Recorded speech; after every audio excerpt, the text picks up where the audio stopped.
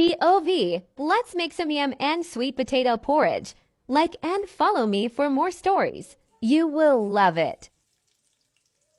A woman was going to get married, and finally her mother, who happened to be a prophetess, said, you know what, let's just get all the names of the people. And she took those names to her fellow prophetess, and they prayed. And eventually they said, this person that you like is not your husband. This one is your husband from heaven. And then since the man was hanging around her, she gave the man a yes and left the guy that they both have correct lineage. Okay, because there's a religious way we have painted this thing. Like marriage is God trying to take away your joy. If it's too good, it can't be God. Says who? The moment the woman got pregnant, the man disappeared from the house. Never returned till when she gave birth. He would call her on phone, rain insult on her, abuse her, cut her to sizes. When she gave birth, he went there with his fellow drunkards. And right there, she was still in the ward when he began to fight with her. And she carried her child. Are you saying you beat me with this child? Say, I will beat you with the child. And as he tried to slap her, his hand hit the baby, and the child went into coma. That was the man they said God in heaven said she should marry. God is not wicked. It is people who misunderstand him and misrepresent him. As pastors, we counsel. We don't choose spouse for people. We what? Counsel. Have you prayed? What's God say? When we tell you to go and pray again, it means we are seeing something. If you are open, we'll tell you. Once you're a pastor, you start selecting wife for people. You will not have rest. Every problem they have,